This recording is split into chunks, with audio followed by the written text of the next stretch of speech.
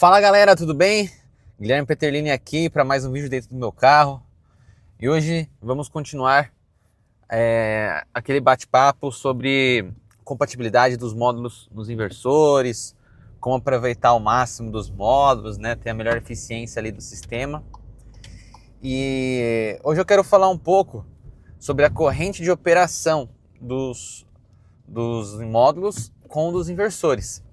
Nos últimos vídeos eu falei com vocês sobre dimensionamentos para não danificar o equipamento, não perder a garantia, e também um dimensionamento para fazer com que o inversor trabalhe na sua faixa de tensão mais eficiente. Hoje, o vídeo ele segue uma linha de raciocínio parecida, porém nós vamos abordar a questão da corrente. O módulo fotovoltaico ele possui uma corrente de operação, né, descrita no datasheet como IMP, e o inversor, ele também tem ali, né, no seu datasheet a informação de corrente de operação, corrente MP também. Essas correntes significam, né, qual que é a corrente que o equipamento vai operar quando ele estiver em circuito fechado, ou seja, durante a operação do dia. Né, nós temos ali a corrente de curto-circuito, mas o inversor ele não opera na corrente de curto-circuito, né, durante a sua operação. Ele opera na corrente de operação. A corrente de curto-circuito é quando ocorre, como o próprio nome diz, um curto-circuito ali, a corrente vai para esse valor. Mas não é essa a corrente que o equipamento opera. E como que nós vamos fazer aí a escolha, né, o dimensionamento? Basicamente, a ideia principal é que a corrente de operação do inversor seja maior do que a corrente de operação dos módulos. Ou seja, né, se ali no inversor fala que a corrente de operação é 15, 18 amperes, vamos usar aqui como referência 18 amperes. 18 amperes como corrente de operação, a ideia é que você escolha módulos onde a corrente de operação IMP seja abaixo ou até 18 amperes. Porque daí isso significa que o inversor ele vai conseguir aproveitar o máximo da corrente que o módulo pode oferecer. Então, se o módulo pode chegar até 18 amperes de corrente de operação e o inversor ele consegue trabalhar até esse valor, ótimo.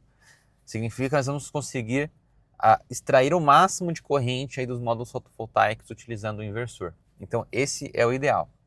Porém, nós sabemos que o mercado de módulos ele avança muito rápido mesmo. E às vezes o de inversor é um mercado mais lento. Os fabricantes às vezes, eles fazem inversores que vão ficar aí no mercado 2, 3 anos operando com essa mesma geração, essa mesma família, mesmo software, mesmo hardware. É um projeto que ele dura mais. Já módulos, a gente vê ali todo ano sendo lançados novas topologias, né? Novos circuitos aí, né, de módulos fotovoltaicos. Muitas vezes os módulos, né, eles melhoram a questão de corrente. Ou seja, eles aumentam o tamanho da célula, né, dos módulos, e isso faz com que eles produzam mais corrente. Aí vai mudando a topologia, né, colocando outros tipos aí de composição das células. Mas aí vamos supor que ali onde você está comprando, né, você está com um inversor que tem a corrente de operação em 18 amperes, porém o módulo ele avançou a tecnologia, né, e ele tem 19 amperes de corrente de operação. Não estamos falando da corrente de curto-circuito, estamos falando da corrente de operação. Então, nesse cenário, é ao contrário do primeiro exemplo que eu falei agora há pouco. Nesse cenário, o módulo ele tem uma corrente de operação maior que a do inversor. Ou seja, o módulo ele pode atingir até 19 amperes, nesse exemplo aqui, porém, mantendo, né, o mesmo inversor, que tem a característica ali de corrente de operação até 18 amperes. Nesse cenário, não vai queimar o equipamento, tá? Essa é uma dúvida que o pessoal tem muito. Não vai queimar o equipamento, porque o que pode queimar o equipamento é se a gente exceder a corrente de curto-circuito. Então, a corrente máxima de curto-circuito do inversor precisa ser respeitada. O módulo não pode ter corrente acima disso. Porém, para a corrente de operação, né, o IMP, o módulo pode ter sim a corrente de operação maior do que a corrente de operação do inversor. Isso não é nenhum problema. Porém, o que vai acontecer? O inversor ele vai limitar. Então, mesmo que o módulo tenha corrente de operação de 19 amperes, o inversor ele só vai conseguir extrair desse módulo 18. Então ele não vai conseguir, nós não vamos conseguir no nosso sistema atingir aí os 19 amperes que os módulos eles prometem. Então muitas vezes o módulo ele tem uma certa potência, vamos supor ali que ele tem 19 amperes e 500 watts, só que se nós só conseguimos aproveitar 18 amperes, vamos supor que, por exemplo, aqui não fiz a conta, ele vira um módulo de 490. Então, em vez de ser um módulo de 500 watts, porque ele só vai ter 500 watts se ele conseguir entregar 19 amperes, como nós vamos limitar em 18, porque o inversor só vai conseguir extrair 18, ele vai ser na prática um módulo de 490 watts, aqui numa conta rápida, nem sei se está certo isso, mas é só uma ideia. E claro, né, o módulo ele só vai ser 500 watts se ele atingir 19 amperes, certo? Mas ele só atinge 19 amperes no seu momento de pico.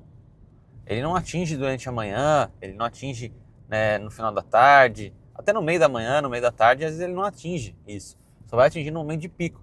Então vamos dizer que ele só vai virar um módulo de 490, né, nesse exemplo aqui, durante ali meio-dia, né, 1 da tarde, 2, 11 da manhã, né, essa faixa aí, que é onde que ele atingiria 19 amperes se fosse possível o inversor extrair 19 amperes. Mas como o inversor limita em 18, nesse nosso exemplo aqui, ele não vai ser um módulo, né, com sua potência máxima lá informada no datasheet.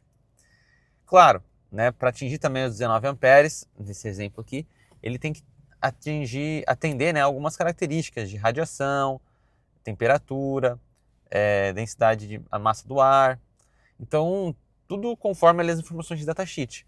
Então, às vezes a perda em si, né, que nós vamos ter ali, porque vai ceifar, né, ele não vai conseguir atingir seu máximo, às vezes não é tão significativo assim, porque ele só vai conseguir atingir esses 19 amperes se for quando as estrelas vão se alinhando ali, com todas as características do datasheet batendo. Então, não é bem assim que acontece na prática, né, em alguns dias. Então é bem tranquilo. Nesse exemplo aqui, claro. Agora, se a diferença for muito grande, vamos supor que o inversor, ele limita, na verdade, em vez de 18, em 15 amperes, e nós estamos falando aí do módulo de 19, aí já começa a ser uma diferença bem significativa. Tá? Agora, se a diferença é pouca, pequena, igual nesse exemplo de 18 para 19, eu acho que não é algo que a gente precisa se preocupar. Agora, se nós estamos falando aí de uma diferença grande, porque existem sim inversores no mercado que são de uma topologia, uma geração mais antiga, que o máximo que eles conseguem aproveitar é 13,5, 15 amperes. Né? Claro, já existem inversores aí com 18, com 20, principalmente os trifásicos, mas os monofásicos, né, os residenciais, alguns deles são 15, 13,5, 14 amperes.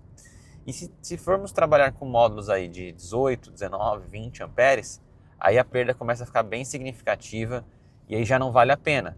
Aí vale a pena mudar o módulo do projeto, porque nós vamos deixar de aproveitar muito. E aí o cálculo financeiro do projeto acaba não sendo bem otimizado.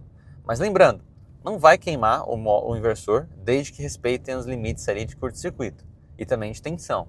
Né? Mas também precisamos fazer um dimensionamento bem otimizado. Não adianta, né, então colocarmos módulos muito incompatíveis.